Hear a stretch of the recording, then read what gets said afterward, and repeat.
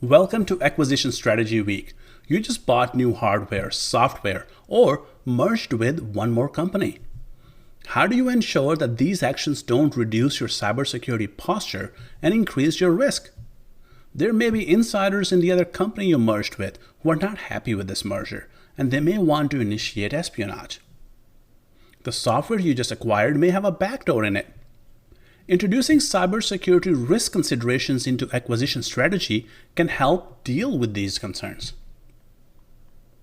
By the end of this week, you will be able to speak to the acquisition strategy best practices from cybersecurity and risk management standpoint. You will be able to integrate cybersecurity considerations and risk management into acquisition strategy. Let's take a look at some examples of acquisition. You may buy some software or hardware that helps you conduct your business more efficiently. Maybe you need to purchase some new trucks to deliver more goods, or need an accounting software to help with the books.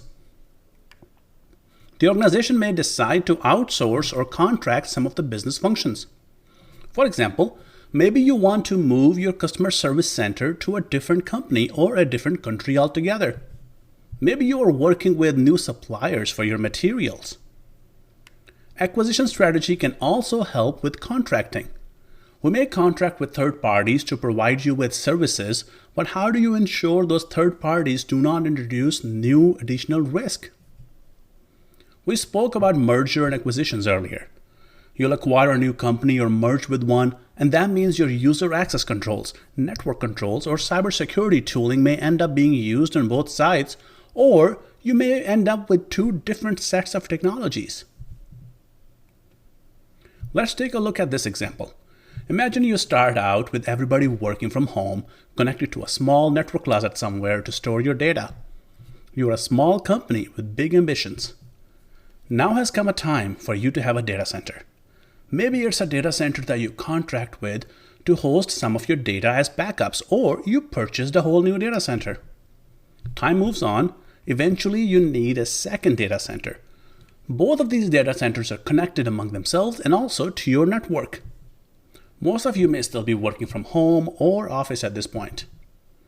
Eventually, you merge with an organization. This organization has on-site employees and has a third-party customer services firm. Your networks are now connected to this organization. Time moves on and you replace one of your data centers with cloud infrastructure.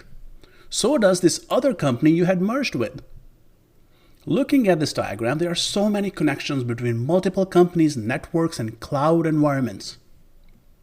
How do the cybersecurity teams ensure that the data is not being compromised or at a risk of compromise because of these multiple connections?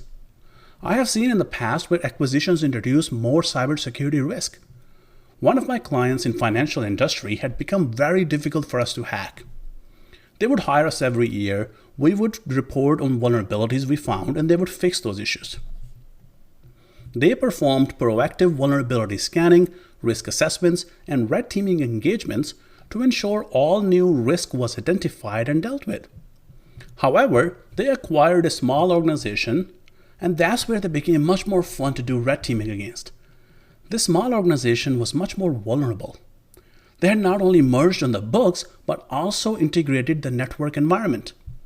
This resulted in a very easy way to take control of the newly acquired entity and then use their access and trust to move into our client organization's network.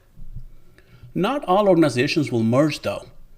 They may ensure complete separation at network level. But that introduces some other risks.